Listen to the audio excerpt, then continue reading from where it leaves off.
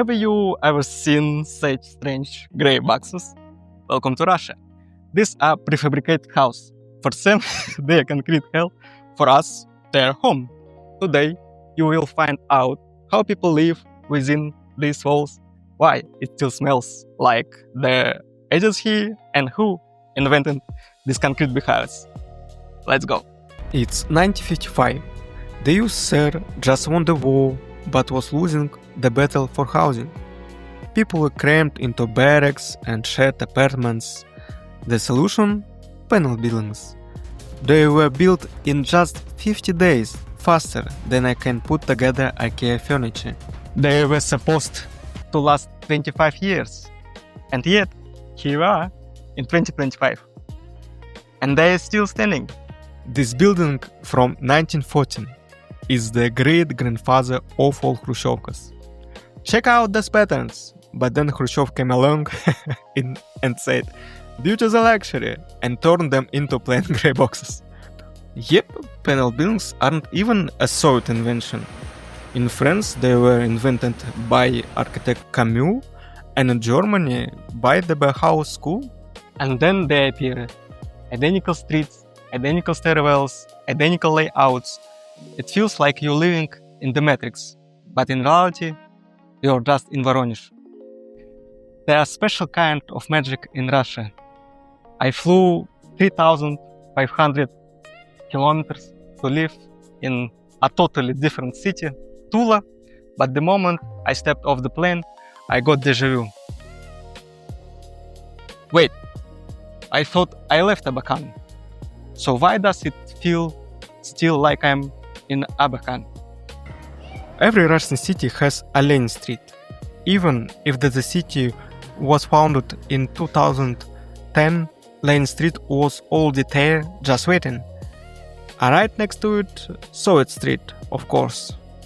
And somewhere off to the side, International Street, as a little reminder that we used to be friends with everyone.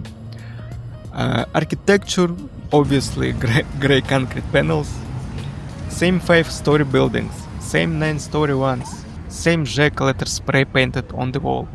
It's like a game, find 10 difference, except they are none, just slightly different puddles. The grocery stores, all the same, Pechorочка, Magnet, copy-paste. And at the markets, it's always the same grandma. Buy some potatoes, dear, they're homegrown. But somehow it's the exact same grandma in Khabarovsk and in Kaliningrad. Every city has one park, and in that park there's always one monument. Lenin, Gagarin, or a soldier with a rifle. On the other hand, I came across an interesting article comparing the streets of the Russian city of Krasnoyarsk and New York, and honestly, they look pretty similar, don't they? You think, how can you even compare them?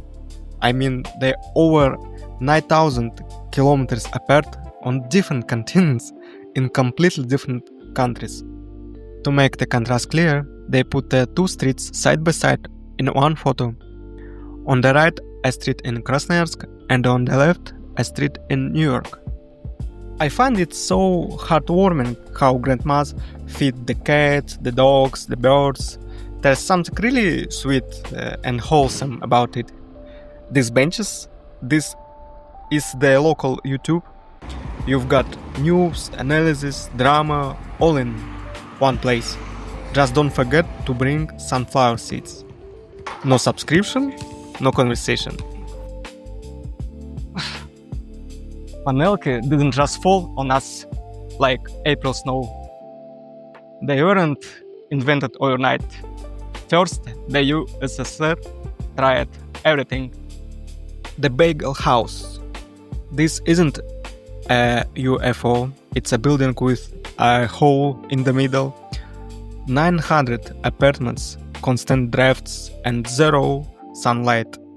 But hey, at least it looks cool. The Ship House, 400 meters long, urban legends about nuclear protection, and the same rundown stairwells. But it does look like the Titanic. the ballistic Panelka. Yep, in the 1960s they actually tried to build one of plastic, but the building fell apart. Let's start with the most important thing, the gateway to the panel world. Here it is, the good old entrance door. It's got character, a bit rusty, heavy like fate itself, but still holding strong, unlike your summer plans. The lock, legendary ancient relic, probably last seen by dinosaurs. But usually it's a magnetic system.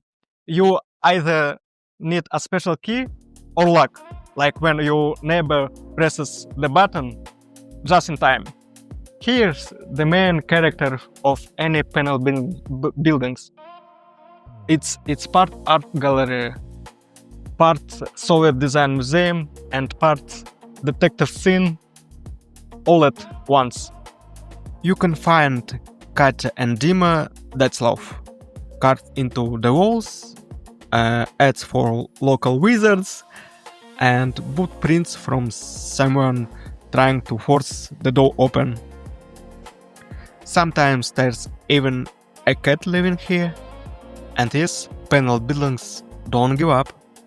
Young people buy them, do fancy renovations, tear down walls, paint everything grey, and say, it's Scandinavian style.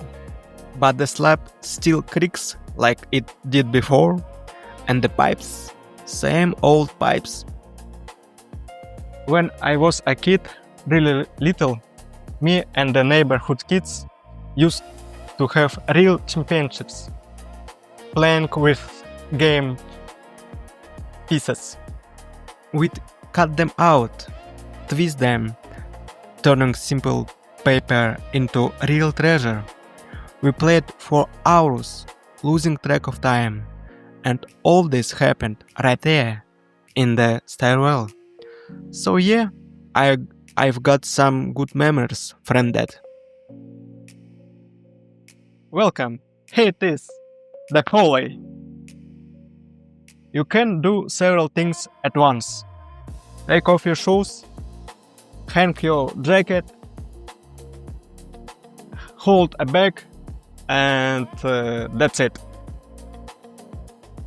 You can do anything else. If you turn around, the second person is already stuck forever. There's always an old cabinet here, filled with a million little things, keys, batteries, buttons, and a 2002 coin that's supposed to bring good luck.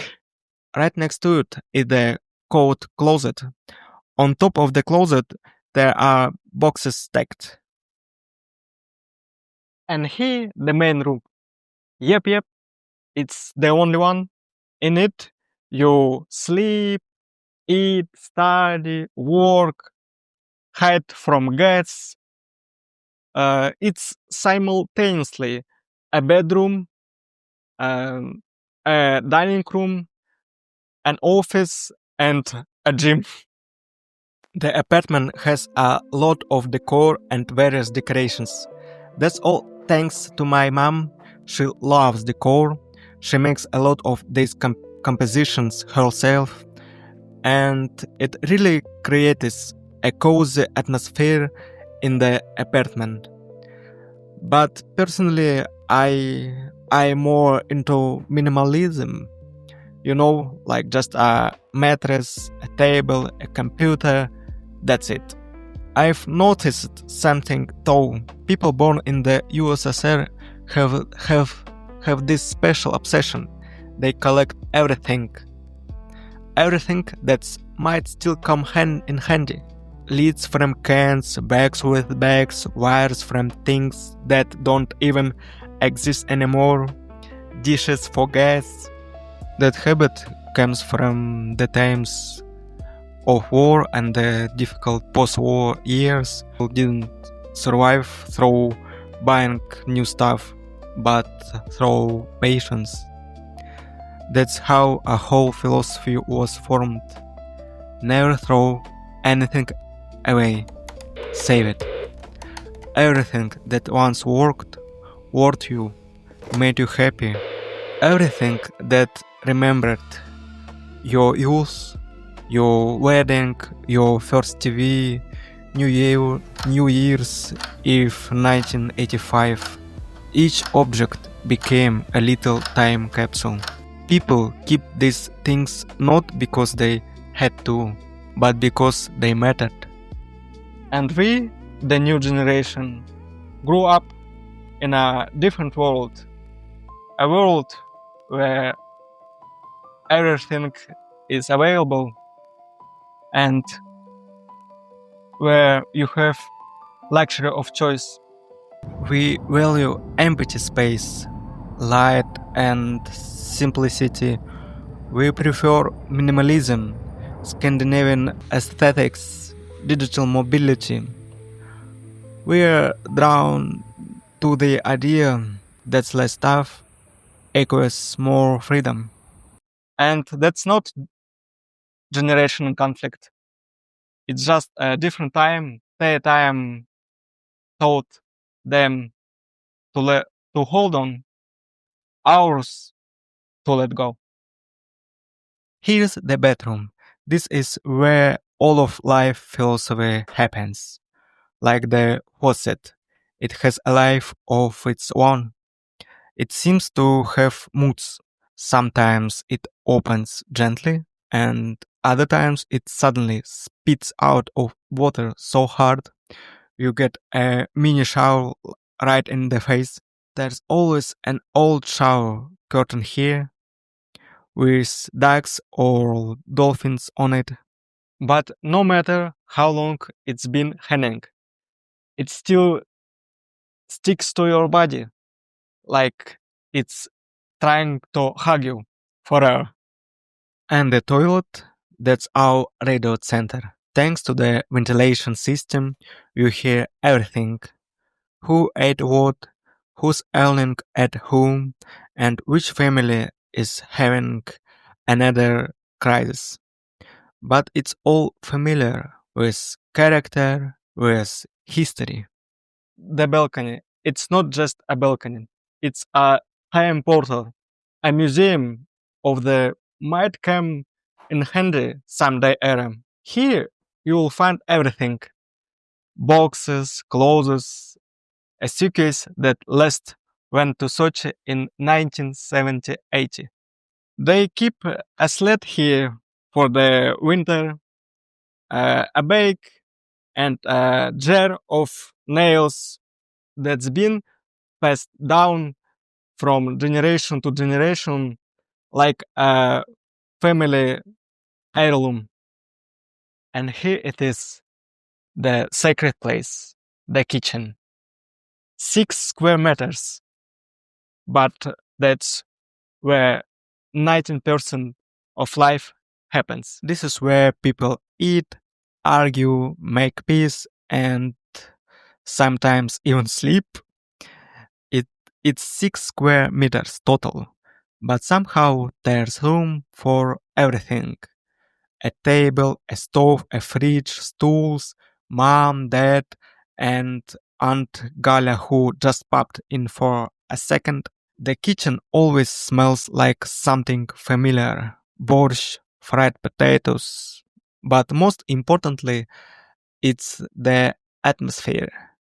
A warm little light bulb, the sizzle of a pan, and long talks over tea. Because the real soul of a panel buildings, it's not in the walls. It's right here, in the kitchen. Loud, cramped, but cozy in a way only family can be.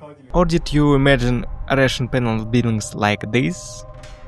But by the way, I've seen some pretty creepy panel buildings straight out of horror movies. Oh, and I forgot to say, I've always wanted to see how people live behind those glowing windows, what they do, what they eat. I'd love to walk in, have some tea, and eat cookies with them. Yes, panel beatings in Russia are a whole culture and a legacy of the USSR. My mom lives in a panel beatings while I rent an apartment in a new residential complex. And guys, if you're interested, I can make a video about new buildings in Russia. I'll share lots of interesting things and show you my life in a modern apartment. And thank you for watching till the end. And if you want to support the channel and see more video like this, the Patreon link is below. It really helps.